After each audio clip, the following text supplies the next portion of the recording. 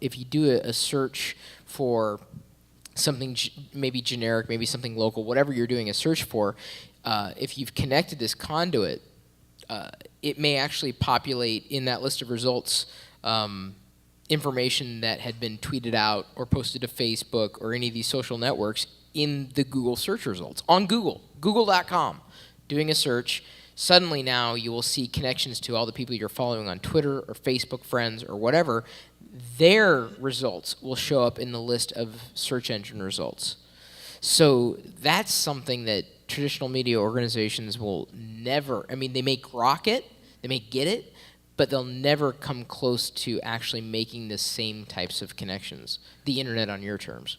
In our search conference, we had some friends that were in the back table, and we were doing a little Twitter analysis and real-time search was going, and they hijacked our session and kept tweeting about how the people in the back of the room are way smarter than the people in the front of the room as it was going live on the screen. And we're like, wow, this is real time. This is crazy. And it's that instantaneous. And how do you control that? You can't. So I think we have time for no more questions. Sorry. No, I'm just kidding. I'm kidding. A couple more questions. This young lady had a question. If anybody knows some eyeglasses that Bill could get, I'd appreciate you giving him a pair here. I don't think I'm young anymore, Bill. Anyway, I would like to ask you a question on YouTube. How can you strategically use YouTube? I know that in a previous college I was at, we tried to do that, and the video that was picked up the most was when students decided to have an arm wrestling contest, and that's very hard to control something like that. But have you a lot of the discussion has been on Facebook and Twitter. Have you any insight on YouTube? YouTube is awesome. And if arm wrestling works, if that drives traffic, if that's the hook, whatever. YouTube is incredibly powerful. YouTube is the third largest search engine, or actually, I think second now. Second, sorry. Yeah. And both are owned by Google. Yeah. Well, if in fact, if you Google YouTube tips, my top 50 YouTube tips should be like number 1. That'll give you some direction.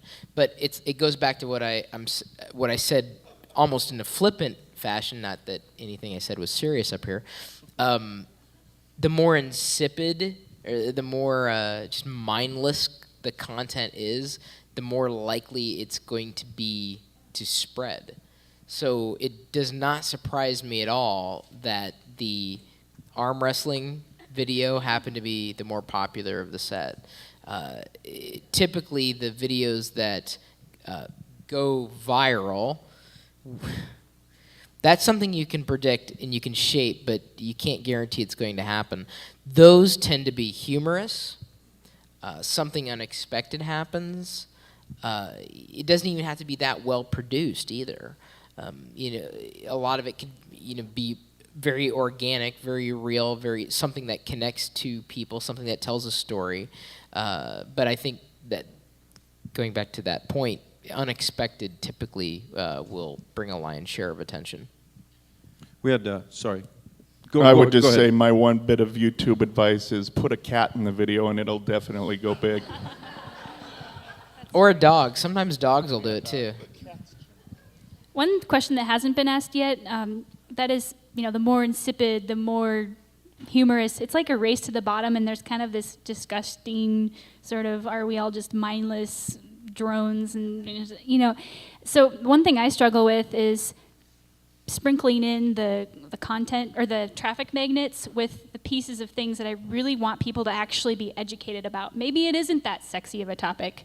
And so I think there's a whole realm of strategic discussion to be had around balancing the attention getters with the education pieces and the timing of that. And it's just, you have to develop an intuition for it.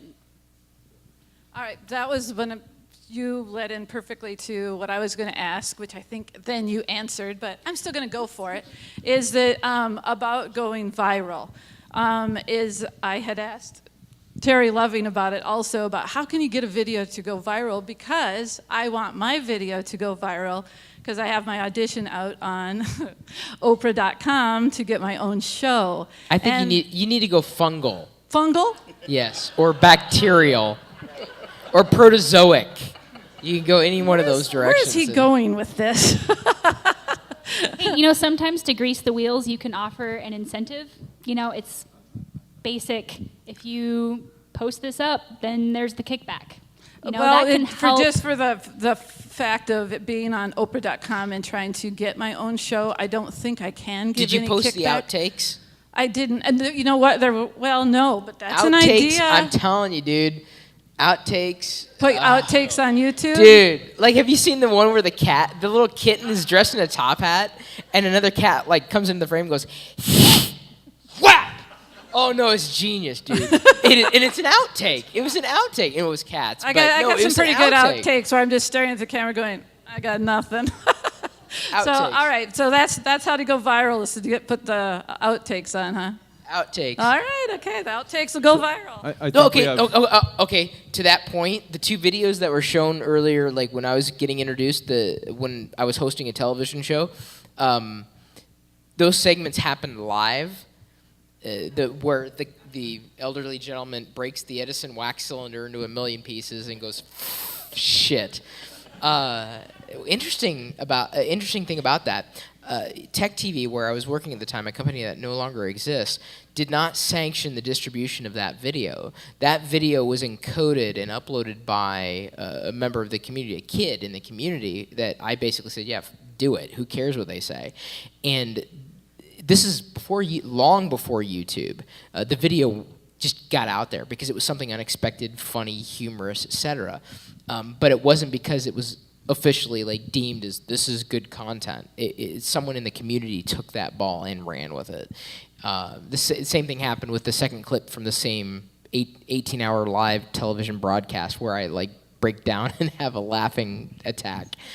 Two different clips, but they went viral because it spoke to the person watching it, oh, haha, someone's having a laughing breakdown, I've done that too, that's funny, or wow, that was unexpected, it was humorous, there was no educational value to it whatsoever.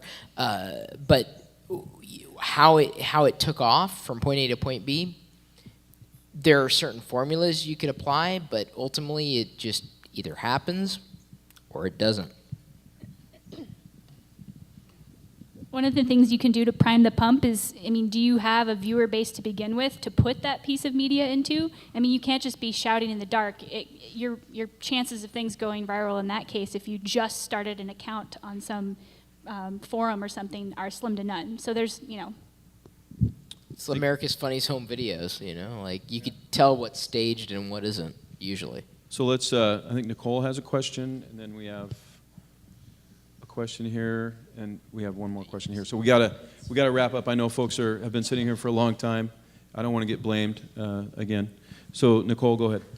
So most people work with nonprofits because they're passionate about what the nonprofit is doing. So how do you inspire volunteers with that nonprofit to become passionate, to participate in their organization's own social media? What did you say? You said something that was so poignant. Something about your job and you loved. What did you say? What I'll was have it? to go back to the recording on that one. Yeah, no, it was something like, you do your job because you love it. It's not just a job. It's, you care about what your job is. I completely explode those personal private boundaries by working in a nonprofit. I choose to take the economic hit by working in a nonprofit, so I don't have to worry about what my boss's wife is going to think about the propriety of what, I just don't have to go there. For me, it's one seamless package.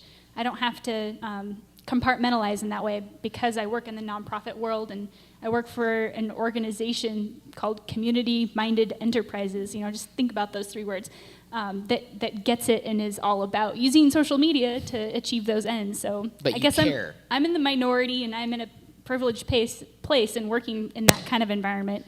But as far as getting people sucked into your machine, a lot of people want to learn how to blog, please teach me how to blog. For Sustainable September, we're training 10 novice bloggers to blog for us on these 10 track topics, and each of them are going to be plugged into our Twitter feed, and they're going to have a little superscript byline for that track on tweeting on those topics, and it's like they're part of this web, and it's like this huge, they're fighting for the underdog, the sustainability movement.